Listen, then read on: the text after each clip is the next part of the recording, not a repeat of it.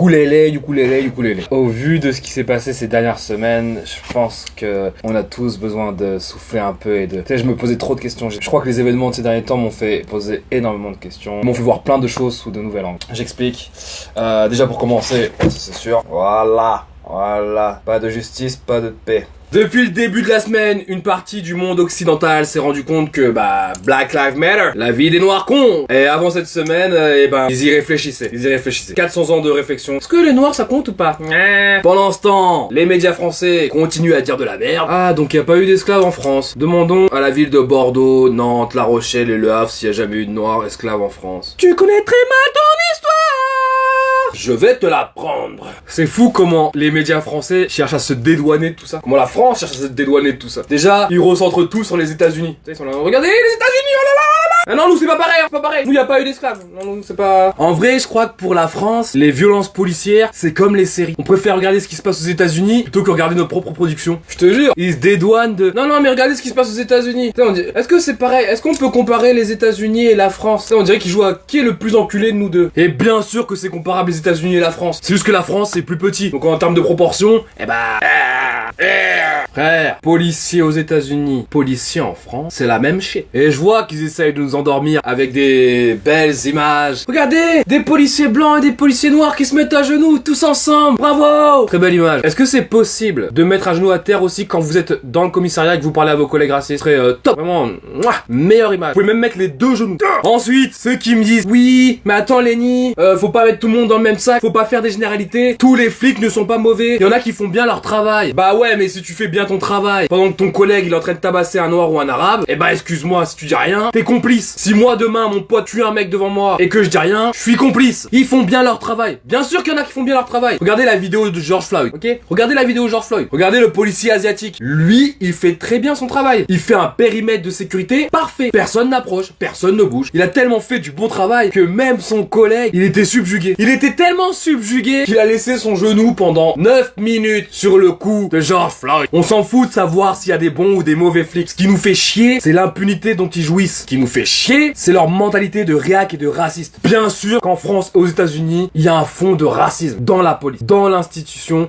il y a un fond de racisme cultivé exprès, j'en suis sûr. J'avais mis un post où je disais que la police aux États-Unis, c'était des mecs qui se faisaient former par des policiers qui, eux, tuaient des noirs dans les années 90, qui eux-mêmes se sont fait former par des policiers qui, eux, lynchaient des noirs dans les années 60. Et on peut aller encore très loin comme ça. On peut remonter jusqu'au temps de l'esclavage. En gros, le maître est devenu le policier. Le contre-maître est devenu le policier. Et c'est pareil pour la France. Il y a des bons policiers. Ah, il y a des mecs qui font bien leur travail. C'est comme si on disait, oui, mais il y a des bons pompiers. Oui, mais il y a des bons infirmiers. Oui, mais frère, c'est leur métier, c'est logique. Ils doivent être bons dans ça. Ensuite, je m'adresse aux sportifs et aux artistes. À ceux qui disaient avant, oui mais je suis pas légitime pour en parler, ou ceux qui disaient, oui mais je suis qui moi pour en parler, ou ceux qui disaient, ouais mais moi je fais pas de politique, et aujourd'hui, ça lâche des écrans noirs et des grands I can breathe.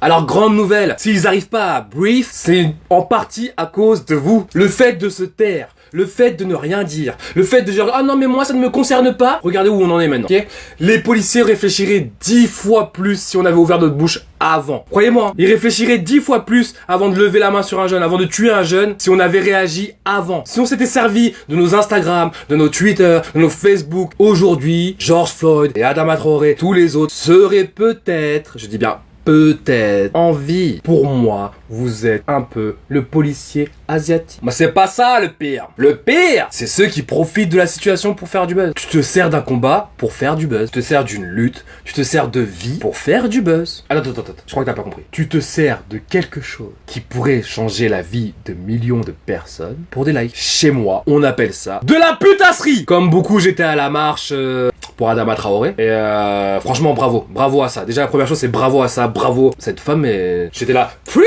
c'est ça, preach. À ça Traoré. Non, bravo à ça, c'était magnifique. Bravo aux 80 000 personnes qui se sont déplacées. C'était magnifique aussi. Chacun d'entre vous s'est déplacé, a fait avancer la, a fait vivre la. Mais, parce qu'il y a toujours un mais, ceux qui sont venus, je vous dis la vérité. Quand je suis venu à la manif, j'ai vu trop de gens saper. Trop de gens stylés. Je dis, ouais, c'est une manif là ou comment ça se passe? Et en fait, ce qui m'énerve, Et je crois que c'est la chose qui m'a le plus énervé de toute cette semaine. C'est qu'encore une fois, on se sert d'un combat pour faire vivre nos vies virtuelles. Et y a rien de pire que ça. J'ai vu des gens habillés Black Panther, veste en cuir, béret, lunettes, gants, un gant noir en cuir, lever le poing devant des affiches ou des écriteaux. Ils ont tapé la pose, les bâtards. Ils tapaient des poses pour leur Insta. Excuse-moi, mais moi, les Black Panthers, de ce que je me rappelle, ils avaient la loi dans la main gauche et une arme dans la main droite. Toi, elle est où ton arme? Elle est où ta loi? Où est ton code civil? Je ne le vois pas. Je ne le vois pas. C'est quoi le but? Être réellement activiste ou être déguisé en activiste? En fait, ce qui me chagrine, c'est que je vois beaucoup trop de gens. En fait, je vois que c'est devenu hype. C'est ça qui me stresse. C'est que c'est devenu hype. C'est devenu stylé. Et ça rejoint ce que j'ai dit tout à l'heure sur les artistes qui n'ont rien fait avant. C'est fou le nombre d'artistes que je vois qui en avaient rien à foutre. Vraiment, ils en avaient rien à foutre. C'est juste que c'est hype. C'est hype. On va poster un petit fond noir. On va poster la une du Time pour montrer que, nous aussi on est concernés par le racisme. Mais aux États-Unis. Aux États-Unis. Pas en France, non. En France, ça n'existe pas, madame. En France, c'est des faits, c'est de la poussière de... ukulélé. En France aussi, la police assassine. Et elle jouit d'une impunité, mais totale. Tout le monde me dit, ouais, il faut entrer dans le système pour pouvoir le casser. Il faut pas casser le système. Ce que j'essaye de vous dire, c'est que c'est pas un jeu, c'est pas hype. Je vous dis la vérité, mardi quand je suis arrivé là-bas et que j'ai vu l'ambiance, à un moment je me suis dit on est où là? À la Wanderlust ou à Afropunk? Et en vrai je vous en veux pas parce que le fait que vous soyez là, déjà vous nous avez aidé à faire le nombre. Tu vois ce que je veux dire? Donc, pour ça je vous en veux pas, ok? Je vous en veux pas parce que vous avez aidé à faire le nombre. Je vous en veux parce que vous ne comprenez pas que c'est un combat qui va se mener pendant très longtemps. On est au début du truc. Tout ce qui s'est passé avant, Malcolm, Martin, tout ce qui s'est passé en France, aux États-Unis, c'est le début. Là encore, on en est au début du... Ok?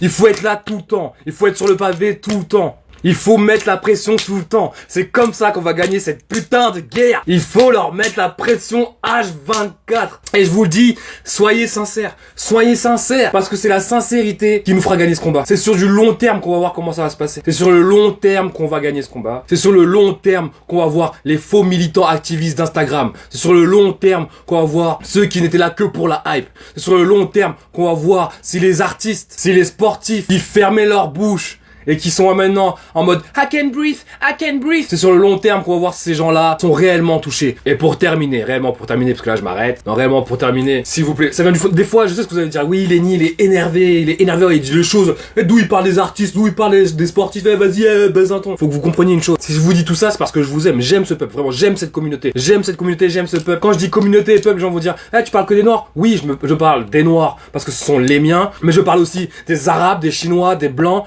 qui se sentent concernés, qui se sentent touchés. Je parle à mes frères des autres communautés qui sont prêts à marcher à côté de nous. Je parle des vrais. Tous les noirs ne sont pas des frères et tous les blancs ne sont pas méchants. Comme énormément de blancs ne savent pas ce que c'est que d'être raciste. Ils ne le savent pas. Ils pensent qu'ils ne le sont pas. Mais au fond de leur ADN, leur historique fait qu'ils le sont. Et notre but, c'est de les décoloniser mentalement. Mais pas que, nous aussi. Et c'est comme ça qu'on gagnera ce combat contre les violences policières, contre le racisme et contre ce système qui nous oppresse. S'il vous plaît, ne faites pas du combat d'Assa Traoré un jeu. Il mérite plus que ça. Ne faites pas de la vie des jeunes de quartier quelque chose de hype. Il mérite mieux que ça. Ne faites pas de la mort des nôtres tués par la police quelque chose de hype parce qu'il mérite mieux que ça. Aujourd'hui, il faut que vous compreniez qu'il se passe quelque chose d'important. Ça peut être soit quelque chose qui peut changer à long terme, soit quelque chose qui va juste faire psst. Et c'est souvent arrivé. Okay, c'est souvent arrivé.